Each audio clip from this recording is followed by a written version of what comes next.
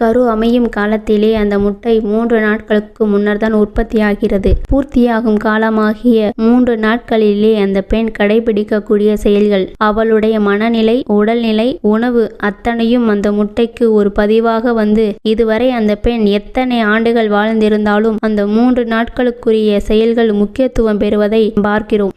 அனுபவத்தில் பார்க்கும்போது சரியாகத்தான் இருக்கிறது. பெண் அந்த நாட்களில் சீப்பு எடுத்து அழுத்தமாக தலைவாரினால் ஆண் அல்லது பெண் குழந்தை பிறந்தால் தலையில் வழுக்கை விழும். கண்களுக்கு மை இட்டால் கருட பார்வையோ அல்லது கண் கோளாறோ ஏற்படும்.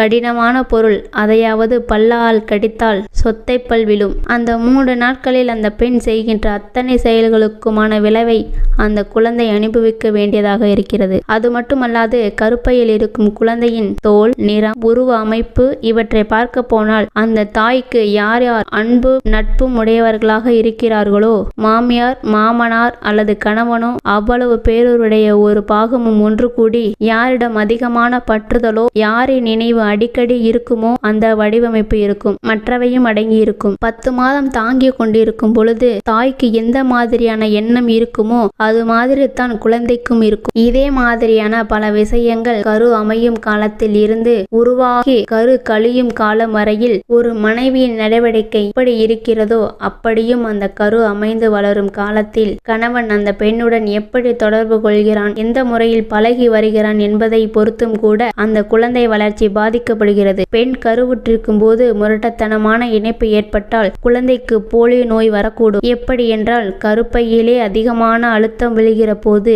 அந்த இடத்தில் ஊறி வரக்கூடிய ஒருவித திரவத்தின் கசிவு அந்த குழந்தையின் உருவத்தையே பாதிக்கும்.